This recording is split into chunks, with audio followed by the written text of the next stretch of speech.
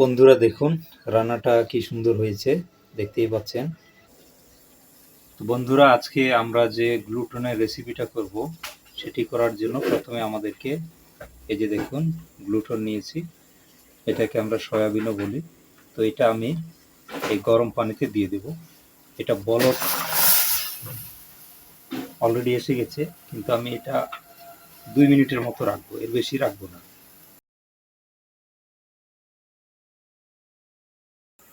তো বন্ধুরা দেখুন বলক উঠে গেছে উপরে, সো আমি এটা এখন নামিয়ে নেব।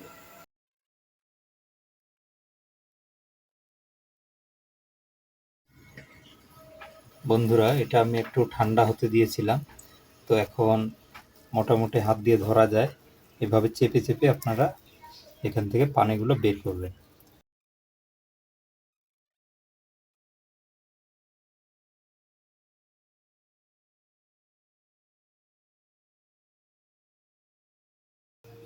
বন্ধুরা দেখুন, এই সবগুলো আমি চেপে চেপে পানি বের করে নিয়েছি। তো এইভাবে আপনারাও পানিগুলো বের করে নেবেন।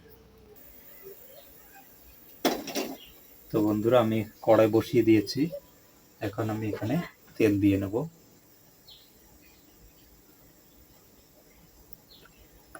এই তেলে আমি আলু ভাজবো এবং আলু ভাজার পরে আমি এই গ্লুটেনগুলো বা সয়াবিনগুলো আমি ভেজে নেব। অল্প পরিমাণে লবণ দিয়ে দিচ্ছি।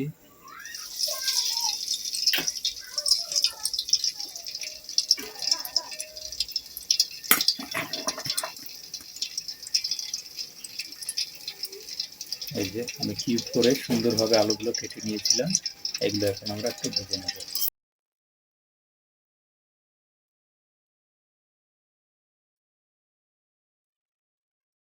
আলুগুলো একটু লাল লাল হয়ে গেছে, তো আমি এগুলো এখন তুলে নেব।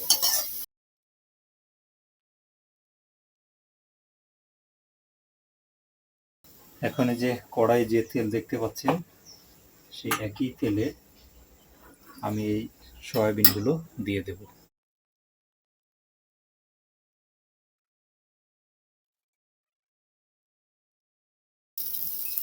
তো বন্ধুরা, এই সয়াবিন যখন আপনারা ভাজবেন, তো দেখবেন কড়াইয়ে যা তেল থাকবে সব তেল কিন্তু টেনে নেবে। তাতে আপনারা ভয় পাবেন না এবং আরও বাড়তি তেল দিবেন না। এভাবেই আপনারা অল্প তেলে এইভাবে ভুটাতে থাকবেন, দেখবেন এক সময় লাল লাল হয়ে যাবে। তো ওই সময় আপনারা বুঝবেন এটা ভাজা হয়ে গেছে। আমার প্রায় হয়ে গেছে, আমি কিছুক্ষণ এভাবে নাড়াচাড়া করে আমি নামিয়ে নেব। বন্ধুরা, এই কড়াই আমরা রানবো, তো আমি এখানে মশলা কষানোর জন্য পরিমাণ মতো তেল দিয়ে নিচ্ছি। আমি দিয়ে দিচ্ছি কুচিয়ে রাখা পেঁয়াজ। বন্ধুরা দেখুন, পেঁয়াজগুলো ভাজা হয়ে গেছে, এটা প্রায় লাল লাল হয়ে গেছে। এখন আমি এখানে বাকি মশলাগুলো দিয়ে নেব। আমি দিয়ে নিচ্ছি 1 টেবিল চামচের মতো রসুন বাটা এবং 1 টেবিল চামচের মতো আদা বাটা, 1 টেবিল চামচের মতো জিরে বাটা এবং পরিমাণ মতো মরিচ বাটা।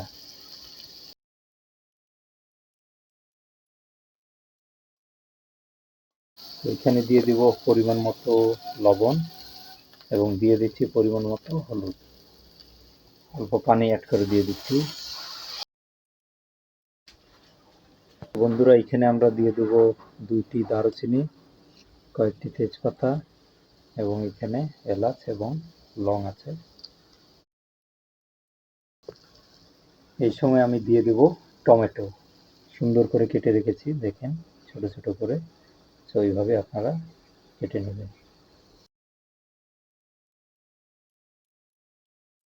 এটা কষানোর জন্য আমরা কিছুক্ষণ ঢেকে রাখবো। বন্ধুরা দেখুন, টমেটোগুলো গলে গেছে এবং আমার মশলাগুলো কষানো হয়ে গেছে।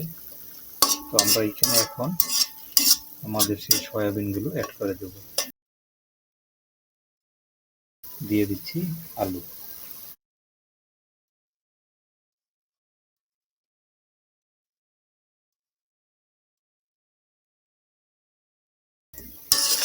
এগুলো আমরা কিছুক্ষণের জন্য কষাবো। তো এখন দেখতে পাচ্ছেন পানিগুলো শুকিয়ে গেছে, তো আমি এখানে অল্প অল্প করে গরম পানি অ্যাড করে নেব। গরম পানি দেওয়ার চেষ্টা করবেন। তো এভাবে মাঝে মাঝে ঘুটিয়ে দেবেন। তো আমি এখন ঢেকে দিচ্ছি। তো এভাবেই আমরা কিছুক্ষণ কষাবো।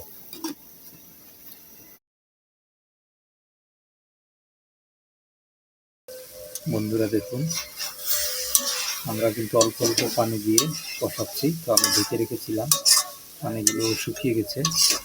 তো আমি এখন এটা আর কষাবো না, আমি এখন পানি দিয়ে দেবো এবং আমি এটা মাখা মাখা রাখবো। তো এই জন্য আমি পরিমাণ মতো পানি অ্যাড করে দেব। এটা অবশ্যই গরম পানি, আশা করি একটু দিয়ে হয়ে যাবে। আমি এখন আবারও কিছুক্ষণ ঢেকে রাখছি, পানিগুলো যতক্ষণ একটু শুকিয়ে না যায়।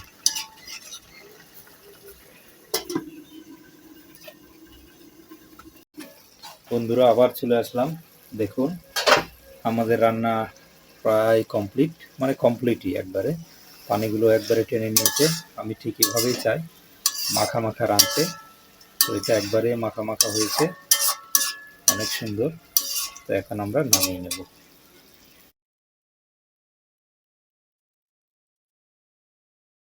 বন্ধুরা দেখুন রান্নাটা কি সুন্দর হয়েছে, দেখতেই পাচ্ছেন।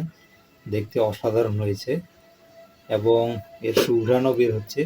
আমি আশা ও বিশ্বাস করি আপনারা এটা বাসায় চেষ্টা করবেন এবং যদি আপনারা সেইভাবে রাঁধতে পারেন, আমার মনে হয় না যে কারো এটা খারাপ লাগবে, সবাই আপনার প্রশংসা করবে।